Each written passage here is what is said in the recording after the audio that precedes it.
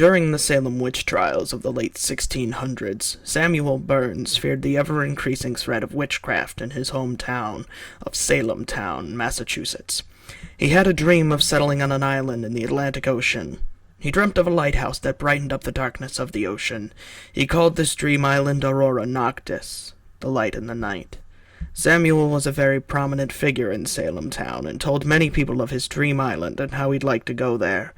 One day Samuel was on his fishing boat and got caught up in a freak storm. The storm blew him to a large island. The island was massive. He noticed a large mountain on one end of the island. Up at the top there was a castle that appeared to be abandoned. Sure that this was the island that he dreamt of, he went back to Massachusetts to arrange for his departure. In 1695, most of the trials in Massachusetts had stopped, much to the dismay of Samuel Burns. He was a deeply religious man and believed witchcraft to be the work of demons. He figured the ending of the trials was a sign of weakness, and this was the final straw. He gathered many like-minded people, and over the course of many back-and-forth trips, Samuel and 20 others left for the island. Samuel also gathered some of the lower-class individuals to serve as labor. In 1696, there were 50 people on the island. 21 were Samuel and his followers. The rest were the workers that Samuel had brought over. They settled in a small town at the base of the mountain named Burns Village after its founder. They viewed the mountain as protection from the outside world and named it Siguritot Mountain.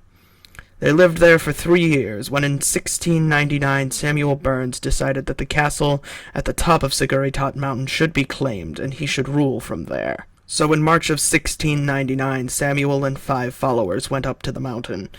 A few months later, one of the women who went to Siguritot Mountain with Samuel appeared in Burns Village and was distraught. She claimed that Samuel and the others had been killed by strange demons in the castle. The townspeople figured that she had gone crazy, but strange events started to befall the town. People started to go missing, and changes in climate became common. July 4th of 1699 was the date of one of the worst blizzards in history. Yet these odd events only happened in Burns Village. The mountain, the cemetery, and the great forest that split the island were untouched. The townspeople decided that the woman was indeed correct, and they should leave Burns Village immediately. So they left, cut through the great forest, and formed a new village on the other side of the island. They built their new city with a large wall to protect it from the outside, and used the large cliff face as their protection from the ocean. The people prospered in the new Aurora Noctis. They built Burns Church in memory of their fallen founder. They irrigated the large fields and grew large amounts of crops thanks to the fertile soil, and this attracted the attention of some on the mainland. More people came to Aurora Noctis. Soon there were well over 70 people on the island. With the influx of people, they built a lighthouse on one of the smaller islands not far off of the main island to remember the founder's dream. Soon this prosperity grew to paranoia. The ominous Siguritot Castle lay dormant until July 4th of 1703. The castle started showing signs of life. The people of Aurora Noctis thought it the work of witches.